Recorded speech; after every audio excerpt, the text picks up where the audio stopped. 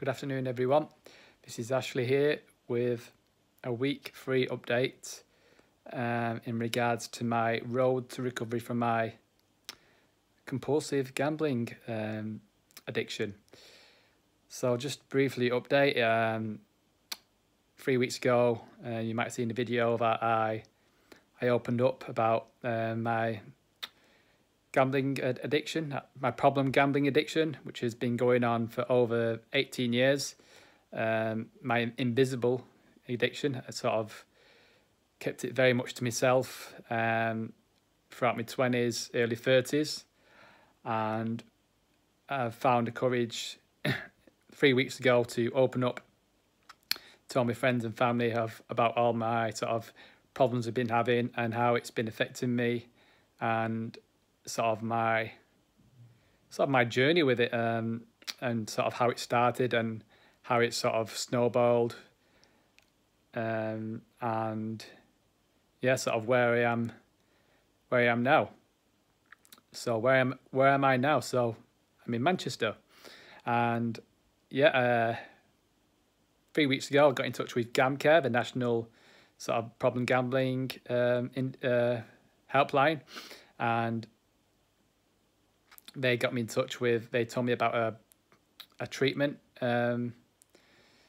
program called GamCare, Gam Change. Gam Change. It's an 8-week program for problem gamblers who looking to recover, and I'm into week 3 of that now. I've got my 3rd call on Thursday with my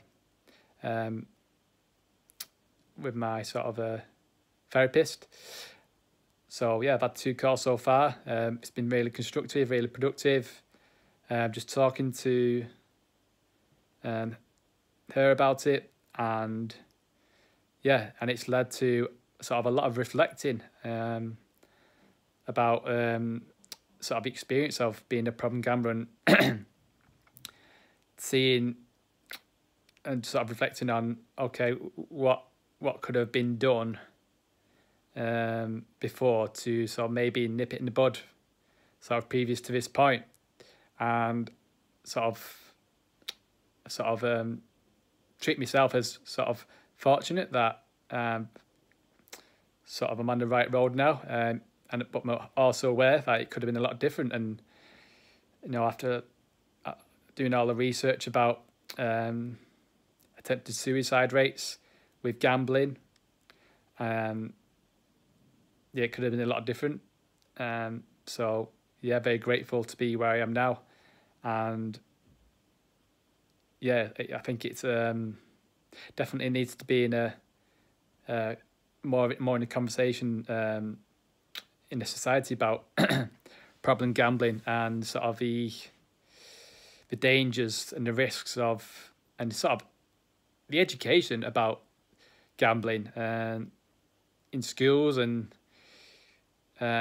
more restrictions on, you know, what you can do online, because as you can see, it's so, with these smartphones, it's so accessible gambling now. You know, you can just you basically got a casino in your pocket, and within seconds you can pick your phone up and flutter away hundreds, thousands of pounds within a matter of minutes. So really accessible, really dangerous. For me, it wasn't really financial harm. It was more sort of the emotional harm I was engulfed in.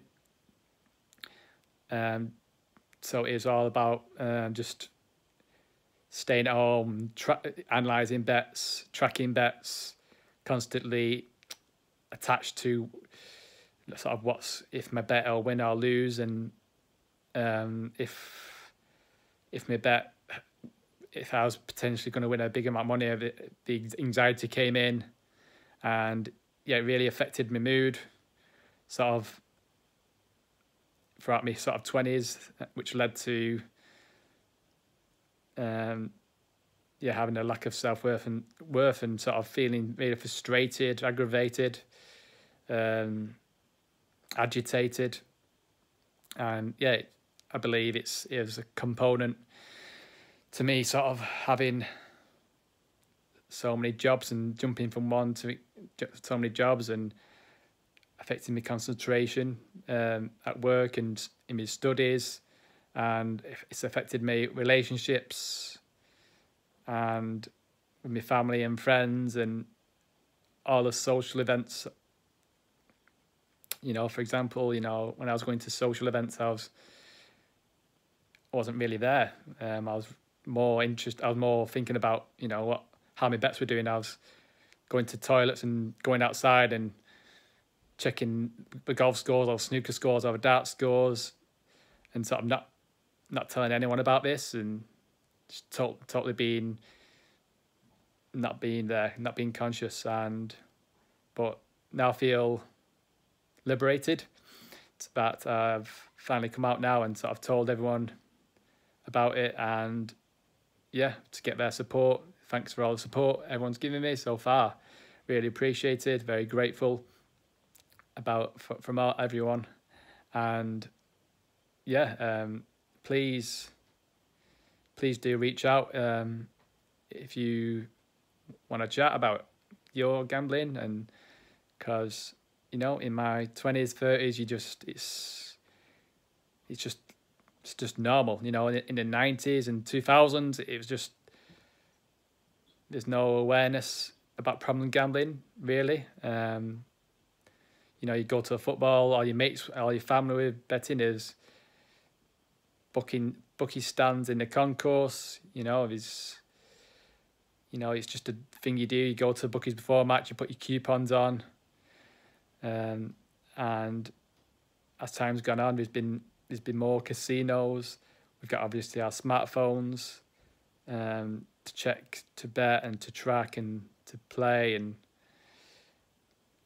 so just last few days I've been sort of reflecting on sort of times where I've been anxious, and is one sort of situation in particular that I thought about was when it was a Manchester derby.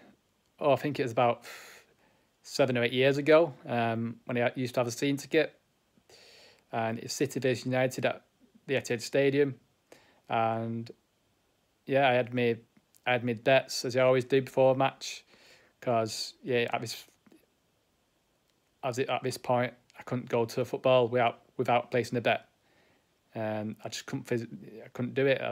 So I had my bet as normal. I think I bet on, I used to bet on correct scores. Sometimes I bet on scorecasts. And I think this match in particular, I think I bet is a scorecast.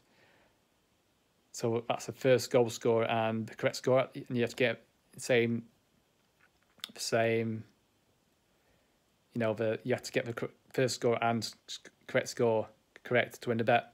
And I remember placing this bet and going to the match, and I sat there with my brother, and I believe I got the first score right, and I had this, and I think City were winning 4-1 or 3-1 or something, and that's what I sort of bet on. And I think it was maybe like 20 minutes to go, and what I'd normally do there, I'd start to get anxious, and I'd sort of getting really attached to it. And I remember going to my phone and trying to cover my bet. So for anyone who doesn't know what understand what I mean by cover the bet, is like bet on other correct scores to sort of cover my bet. And for a reason I couldn't, so I was anxiously trying to do this on my phone, but I couldn't get a signal. Heart started racing.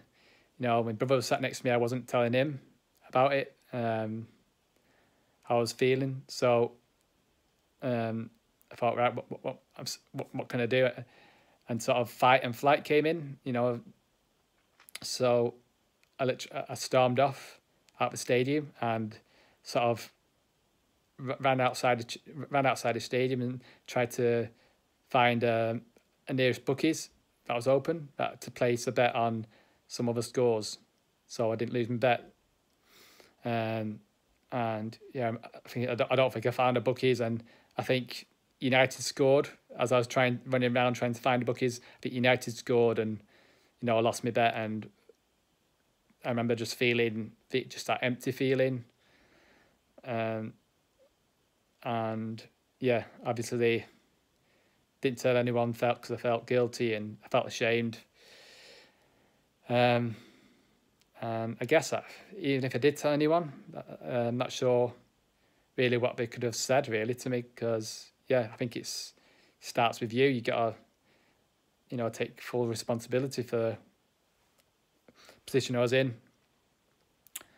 I think you've got to want to do it yourself to sort of beat any addiction. So that situation was brought to my mind, and when I feel sort of an urge to bet, I sort of look back on that and think, I don't want to go back to them sort of feelings, because literally I could have had a heart attack, on that day.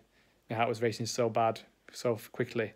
And yeah, that's just one occasion. I've been in that situation before where I've been close to win the bet, and with golf and snooker, and you're anxiously trying to cover bets, and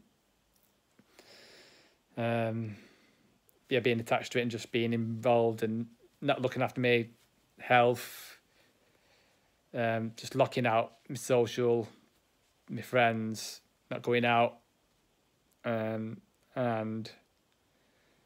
but yeah, 2 weeks ago I'm with GamCare. I'm in my 3rd week, so I'm gonna go out soon and have a look at the module number 3, week number 3, see what comes up. Last week was about the finance side, getting you to think about how much you've lost over the last 12 months. And first week was just in reflection, and how ask a question like, how bad do you think it could have got? But yeah, that's my update. I'm also in touch with Berry Minds, so I've sort of applied. I've been assessed for CBT therapy, cognitive behaviour therapy. So I spoke to an advisor last week, so I'm waiting for them to get back to me this week. So that'll be good to run alongside me sort of gambling treatment getting, because to sort of look into my other mental faculties in terms of my lack and insecurities and attachments, in terms of relationships and just things and places, which I'm working on at the moment. And yeah, sort of a little bit of anger management as well I've been made aware of, and just taking a step back from any confrontation, instead of just diving in. So looking at that as well with me therapist. But yeah, it's a good chat. So one thing I do want to mention is about the operator I was mainly using was Sky Bet, and I just think back to how many times I sort of pressed. They have a button in the responsible gambling section in their app. They've got a problem gambling button, and I remember just reflecting how many times I pressed that cool off button, and I kept cooling off for 30 days, and going back to it multiple times. And I just think that Sky Bet could have been flagged up by Sky Bet as like a risk, and maybe they should have got in touch to see how I was, or engage me or something. And so I brought this to the attention of Sky Bet. I've sent them an email. I've been in touch with the Gambling Commission as well to make sure on the right steps. So yeah, waiting for a reply of Sky Bet and see what happens from that. And yeah, I think that's it for the time being. But yeah, love and kindness to you all. And I'll speak to you in a few days with another update. Feel free to reach out. Bye.